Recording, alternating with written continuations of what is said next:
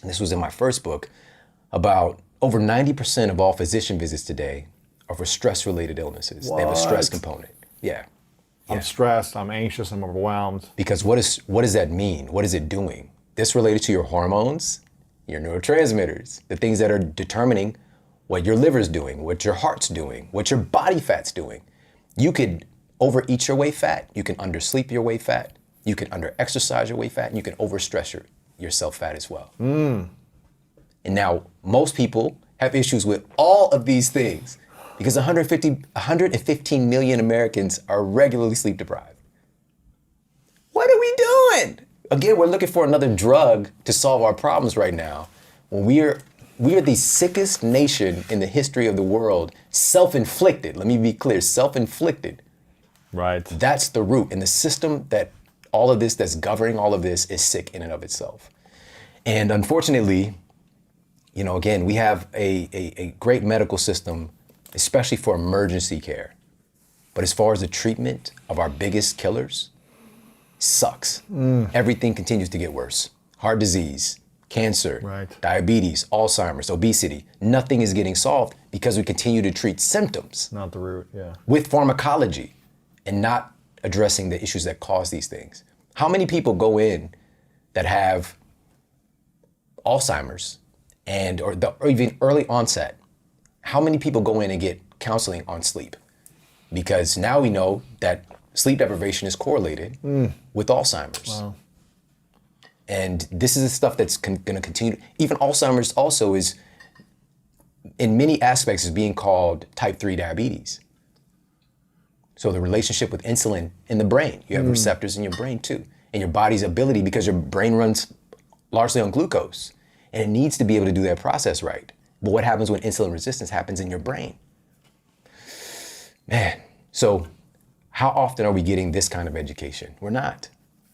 We're not, but we can change it. That's the beautiful part about right now, is that so much is fluxed up. Right. You know, so much is in flux, and it's so malleable now that it can be changed. It's getting shaken. Before, the systems were very sturdy. Yeah. And I'm just like out there like, don't go to McDonald's. No, like, I'm not gonna get very far doing that. But right now, when things are so shaken up, I'm so grateful to be alive right now. I really feel that Eat Smarter coming out right now is not an accident. And I even share with you, like, we have a national campaign. We're gonna be at essentially every Target store in the United States. I used to work at Target. Yeah. I was a floater. I'm out there pushing the carts. Now my book is gonna be in Target. And not just in the book section, special 2021 wellness initiative. I'm not playing, man. That's pretty sweet. Let's go, man. You know, we were born for this moment. This is the time right now. All the stuff that we've done to prepare ourselves, this is the time to do it. Yeah. And we really have to work to get our communities healthier. At the end of the day, that's our greatest defense. That's our greatest defense, because unfortunately, this isn't being talked about enough. A CDC report came out, which I've been talking about this stuff since April and also in March, looking at the numbers coming out of Italy and finding that about 88% of the folks who passed away with this virus had pre-existing chronic diseases and comorbidities, somewhere around 2 to 3 on average comorbidities. What's that? So these are additional causes of death. Additional causes of death. Right, and or pre-existing chronic diseases, right? So heart disease, the main 3 were heart disease, diabetes, and obesity. And I was like, oh, we're in trouble. So they were a co-cause of death with COVID. They got COVID, but because they had these other elements, it's what also caused the death. So what tends to happen right now is people get skewed because everything is so polarizing right now. So I think I saw recently there was 250,000 deaths in USA related to COVID. Is that? So let's be clear, because we get so skewed on what this means. This does not mean that COVID-19 was not a factor. And some folks can lean so heavy into this, just like, well, these people would have been alive, or these people died because they were going to die anyways, because they had heart disease. I'm not saying that. Let's be clear. What I am saying, and what the data now shows even here in the United States, because when I saw the numbers, I was like, we're in trouble here.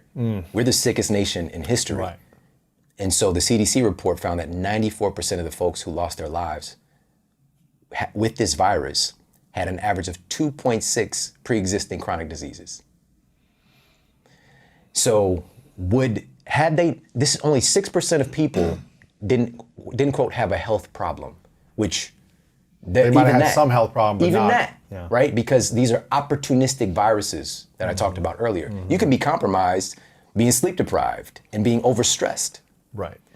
But 94% of these folks, and nobody is scratching their head, and nobody is saying a thing on major media and our health leaders, like, we have to get our people healthier. Yeah. We see the number one risk factor is being sick, having pre-existing lifestyle-related chronic diseases. And I'm not saying this because it sounds good. The Journal of the American Medical Association, one of the most prestigious journals, 2018, published a report, massive meta-analysis.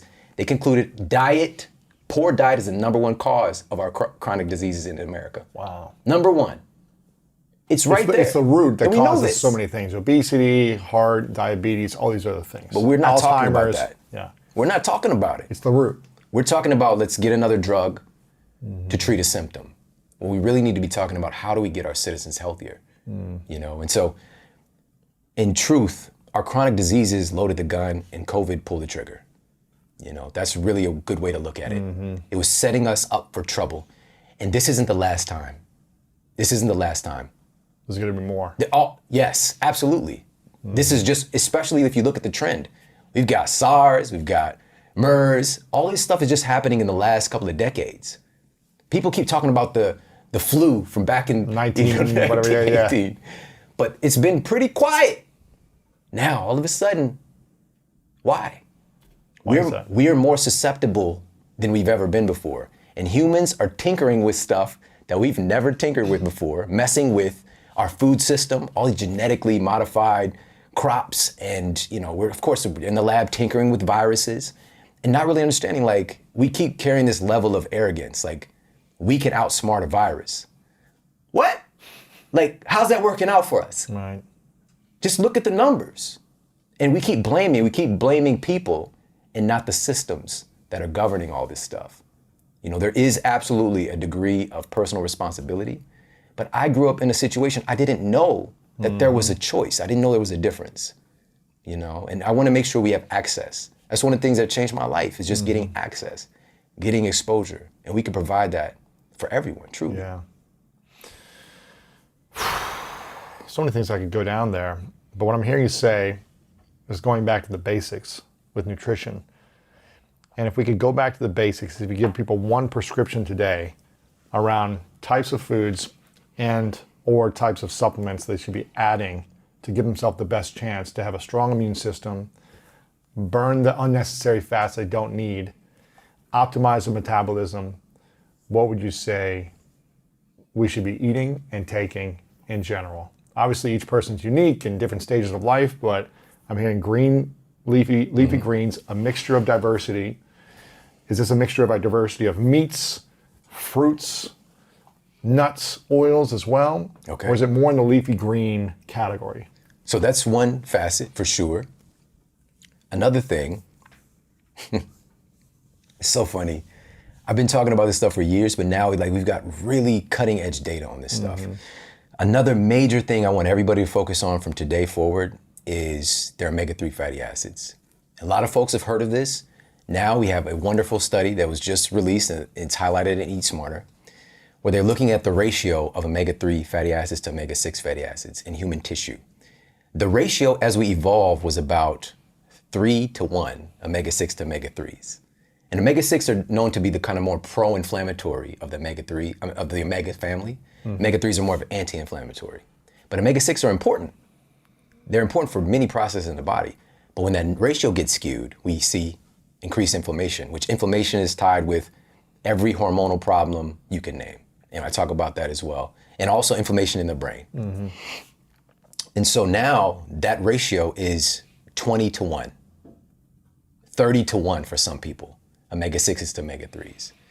And what they found in this particular study was that as folks improve their omega-6 to omega-3 ratio is directly correlated with decreased body fat. This is a major regulator of what your fat is doing, right? Your fat communicates with each other. The fats you consume, part of the problem is, I know I was indoctrinated with the idea that eating fat makes you fat. You know, I thought we were past this, but we're not, because it keeps coming up in the media every now and then. Like, saturated fat is gonna kill you. And I've got studies that show the opposite. Not to say, but they're not taking into account where does it come from. The types of fat. Yeah, Yes. Yeah. The quality of the fat. The quality, yes. And so one thing you can do immediately is improve your omega-3 ratio. All right. So avoid consuming things that are extremely high in these inflammatory omega-6s, which for most of us, we primarily get that through these highly processed seed oils, right? So corn oil, so-called vegetable oil, which is not, it's not damn broccoli oil. Right. Like these are highly processed seed oils. And dude, what happens like canola oil, even at Whole Foods, if you go to a hot food bar, if it was open, a lot of it's cooked in canola oil, right? It's organic canola oil, healthy. No, canola oil is what it takes to make these oils. They smell and taste disgusting. They would, but they have to be deodorized, highly processed and refined. And then can you just, even that in of itself should tell you, because these oils are very delicate. They're very delicate. It makes them rancid and increases their the capacity of like oxidative stress for your body. What are the top oils we should be eating then? Olive oil is number one, right? I wouldn't say number one. Very important. It's important one. Very important. It's also a lot of calories, right? Yeah, but there's some really cool studies that I put into the book showing this direct correlation with increased olive oil consumption and weight loss. Wow. So yeah, something special there. But here's the thing. Olive oil is not highly processed. Right. Right? It's often cold. It can be cold pressed and is bottled in dark glass bottles because it's sensitive to light. So don't get your olive oil in clear plastic bottles. You can see it, don't buy it. It's already, it's denaturing. Extra virgin olive oil, is that better? Extra virgin, organic, or if you know the farm, they're not using like pesticides. So olive oil is good? Yeah, but with the omega-3s, the number one source is through fish, cold water fish.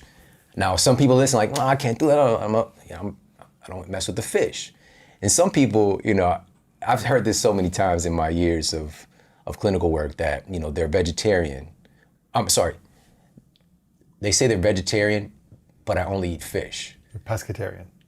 But they wouldn't say it like the term. It's more like I don't eat meat. Right. I don't eat meat. But I'm pretty sure fish is meat. Yeah. It's just say I don't eat land meat. Yeah, exactly.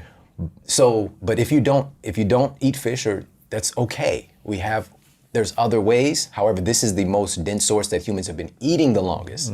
If we're talking about real whole food sources, which we want food first. And so specifically, I'm saying this because of the DHA and EPA. These are the omega-3s that are clinically proven to have all the benefits I've been talking about, whether it's cognitive performance and or stuff with the metabolism. There are omega-3s in plants, but they're in the form of ALA. All right, ALA is very different. Your body can convert some of your ALA into EPA and DHA, but you lose about 95% of it in the conversion process. So you got to eat, like, clinically speaking, a buttload of chia seeds, like daily. Like you got to be shoveling it. Whereas wild-caught Alaskan salmon might be just like a higher source over the top. So again, but what do? Algae oil.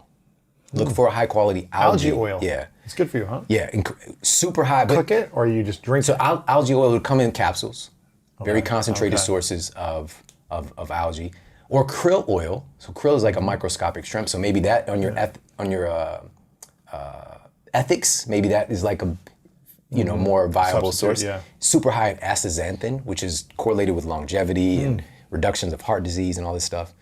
So that's really cool. So krill oil or algae oil. Now, to be clear, 99.9% of the studies on the effectiveness of omega-3s, they're done on fish and fish oil, not these other things. The oil, the compounds are there, but we just don't know if they have the same effect. Okay, so just be aware of all that stuff. Green leafy vegetables we covered, omega-3s. One other thing I want to make sure everybody walks away with today, because we talked a little bit about the macronutrients, but there's not just 3. So in school, again, we're taught fats, proteins, carbohydrate. There's actually 6. The other one's alcohol is a macronutrient. And we talk about that, all the ins and outs of that as well, which we can't even get into that, but you gotta read it. The data is bananas. Yeah. Not to say good or bad, but you need to know. Yeah. Also, the sixth man coming off the bench for the macronutrients is fiber. But that fifth player that doesn't get a lot of attention is water. Water is probably the most profound of all these macronutrients. So here's the question. How much water a day should we be drinking? All right. So this is, I'm gonna give you the answer, Okay. but even it doesn't matter if I tell you what to do unless you really have a connection to why to do it. Water, your body, everything about you is based on water. We hear this stuff, you're mostly made of water. What the hell does that mean? In the book, I cite a study that had folks to drink 17 ounces of water. And just within a couple of minutes. And what happened is something called water-induced thermogenesis. They ended up burning about 25 calories from drinking water. Now, is the quality of water mattered? Is the temperature matter? Not Hot as much. or cold? Not as much. Okay. That's a personal preference. There are like the Ayurvedic principles. Yeah, like I know about all this stuff, like but yeah. okay. So here's the cool thing. So wait, they burned. They burned 25 calories from drinking water, Louis. One 10, little 15 serving. minutes or something. No, if you do that 4 or 5 times a day, you're burning 100, 200 calories just from drinking water. 17 ounces of water. So that's what was used in the study. Okay. So that's like a tall cup, right? But the Tall question glass. is why? Why? Why the hell? How can you burn calories like that? I thought you had to go exercise your face off, not just drink water. It's because water makes everything work better. Every single hormone we talked about is operating in a water medium. Your mitochondria is based on water. All your neurotransmitters are based on water, and it moves throughout your body in this water superhighway. And when you become deficient, which most people are, just habitually through the day, all these systems start to basically, these wide superhighways start to become these like dark back alleys where like Batman's parents got killed. You know what I mean? Yeah. And so how do we fix this? Drink the water. But like you said, the type of water matters. And we go through all of that too, but just to give some simple principles, there was one study. This was done from testing houses from Southern California all the way to New Jersey. And they found that tap water was contained dozens of pharmaceutical chemicals, all right? Metabolic waste from people taking chemotherapy medications, antidepressants, lisinoprils, stuff for heart disease. This was showing up in our water supply. It's just like, what the hell? Why? How is that possible? We're in this earth bubble, and this stuff is getting recycled. There is toilet to tap water. There's new projects that are taking taking the water from our bathrooms and putting it back through the faucet. But it's one of the things trying to solve our problem with water here on the planet. But oftentimes it's not due to that. It's just the hydrological cycle and stuff that we're as humans putting into the environment now that never existed before. And we don't have filtering processes that can and these were microscopic amounts, let me be clear, but they're there nonetheless. So just understand, if you don't get a water filter, you are the filter. You become the filter. All right, so I highly recommend getting a water filter, but ideally this would be something like reverse osmosis, but that makes it like blank water. There's no vitamins and minerals in the water, right? It's like dead water. Exactly, dude. We need like rich vitamins and minerals in our water, correct? This goes back to nature. When I was in school, we were taught water's H2O. Yeah. But there is no H2O anywhere in nature by itself. There is no plain H2O anywhere in nature. It's called the universal solvent. Water's always combining with other things. And it's what gives water this character and structure, is the minerals that's in that water. So when you take all the minerals out, Yeah. what is that doing to our body when we're just drinking dead water? So one of the things that I was like even battling with the publisher on is like putting this full story of water and how our cells actually get hydrated. So I'll just put it simply, it affects the hydration levels of your cells and your extracellular fluid. And it can cause some serious problems. But what if water has too many minerals? Like ocean water, it'll kill you, right? So it's just, it's a basic. So where do you get your water from? Okay. I want to drink your water. What we evolved drinking, like in recent history. Bottled water. No. Is what we've been drinking. Right. But I mean, like throughout the recent centuries. It's like tap people. Water. No.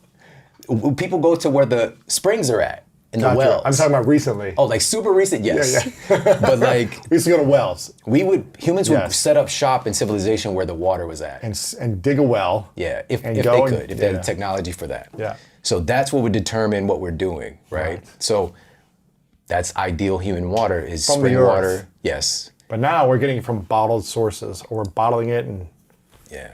right? But there are great sources that, maybe bottle in glass. We get in the conversation about BPA and all that kind of stuff. Where do you drink your water from?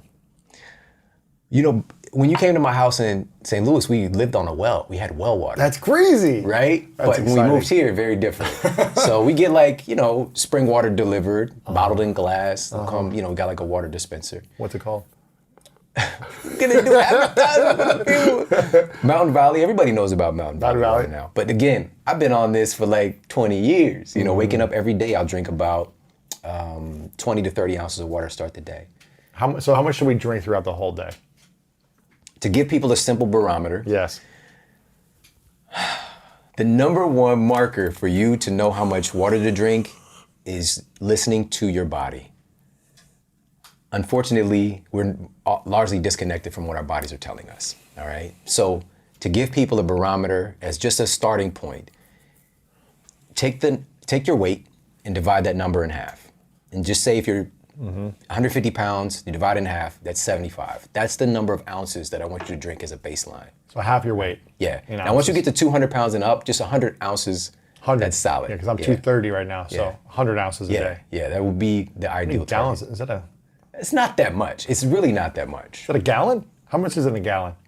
How much is it? Is that 64 ounces? See, I don't you even know. remember, man? You went to I'm school. not trying to remember this stuff. So it's Okay, so 100 ounces a day for me. yeah. Wow, that's a lot of And water. this is I know, but this is if you're active. You know what I'm saying? Like all you're these things. running and working out, you yeah, need and it. so like even given that barometer, it's gonna depend on your lifestyle. So Yeah, that's of why I don't course. even like giving these numbers because It all it's depends. so It all individual. depends. Okay, let me ask you a few things on better relationships. What are the foods we should be eating to have better moods and a higher chance of quality, intimate relationships? This is the most important part for me personally of this work. Because relationships are a big factor of stress for people, which causes a lot of bad habits and obesity and all these things. It's the level of stress. Yeah, So if absolutely. we can have better relationships with everyone, our lives would be better. So what are those foods that can support that? And have you ever seen as many people fighting, like arguing, and like it's so much polarization and people being separate? That's the major epidemic because we can't solve our greatest problems with everybody fighting and nobody's willing to listen. And what the data shows clearly, and that I really brought forward for the first time in book form and just getting this out to everyday folks, is how much our food affects our ability to perspective take and have patience gosh. and to have empathy. And this is highlighted. One of them is a study. This was from The Ohio State University. Yeah, the And- Ohio State. And what they did was they had couples. They just looked at their blood sugar, which largely what they found was that these blood sugar spikes and crashes. We consider like hypoglycemia and your blood sugar going low, which is largely related to what you eat. When the study participants, these couples, when their blood sugar would go low, they found that they were more aggressive and irritable towards their partners and less likely to perspective take and to resolve their conflicts because of their blood sugar being disturbed. Too low. So yeah, So how do we want the blood sugar to be high or not high, just normal. medium level? Normal. And the reason that it could go so low, but here's the thing, when your blood sugar goes low, it will normalize. But it usually does that because it's like a survival response. It increases your production of stress hormones to get it back up. So cortisol, your body can literally, it's a process called gluconeogenesis. It can break your muscle tissue down and use it for fuel to get your blood sugar back up, right? There's so many different ways your body does to figure out the problem, but it makes you more irritable and aggressive. And so many times in relationships, people are not fighting the other person. They're fighting their biology. People are not fighting a real actual issue. We often create issues. How many times do you get into it when you're tired? How many times do you get into it when you're actually just hungry? You're hangry. This term is used now and it's cute, but it's real. Like we've got science on this. And how many times do you get into it when you're just stressed out about stuff, right? And you get into an argument about, some damn house shoes or something. Like, why'd you put my house shoes here? You know, it's like the stupidest stupid things. Stuff. You know, and it's just because you're not showing up as your best self because our biological needs or our biological thermostats are off, right? So we have to address these things. So that's number one. One of the most shocking things, and this is more so than ever right now, we're seeing violence displayed, right? Social unrest due to violent incidents.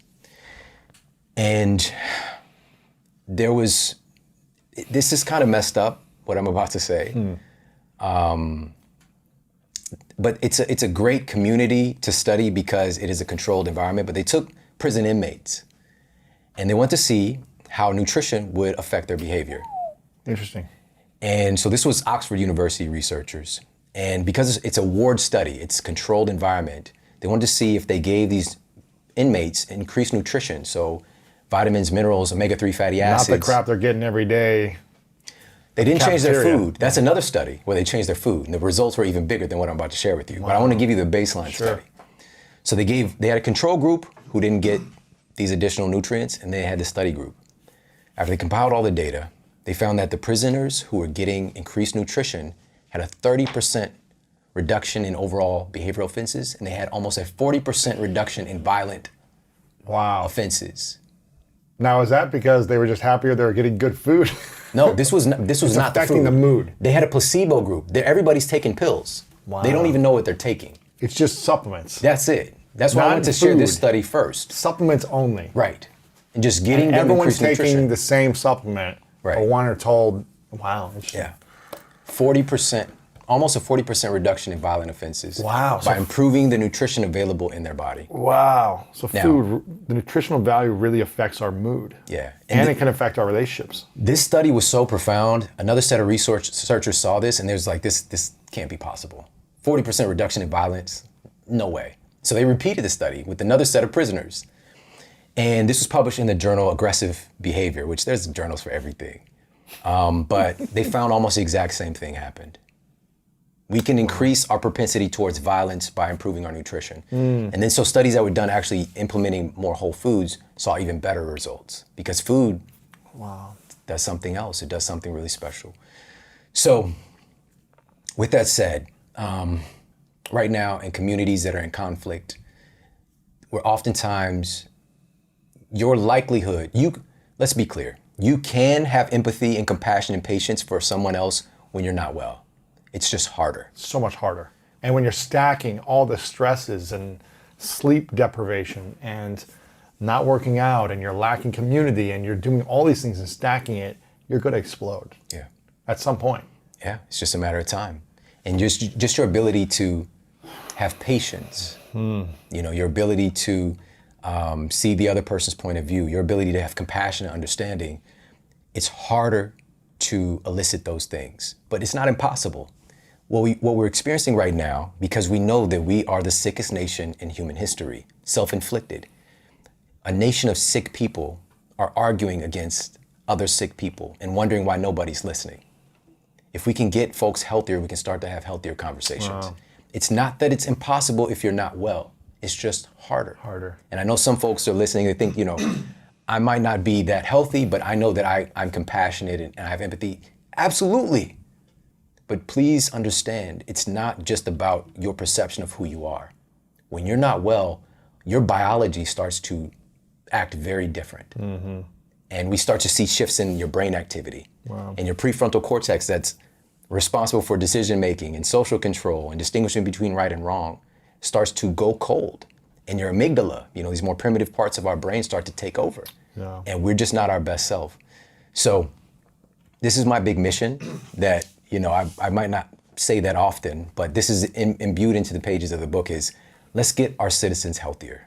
Let's make this a mission because just imagine what we can do once we start to feel better. Absolutely, man. Hey, if you like this video, make sure to check out this video right here to up-level your health today. I just do detective work and say, okay, what are these external forces, many of which are food, and many of which are the products we've made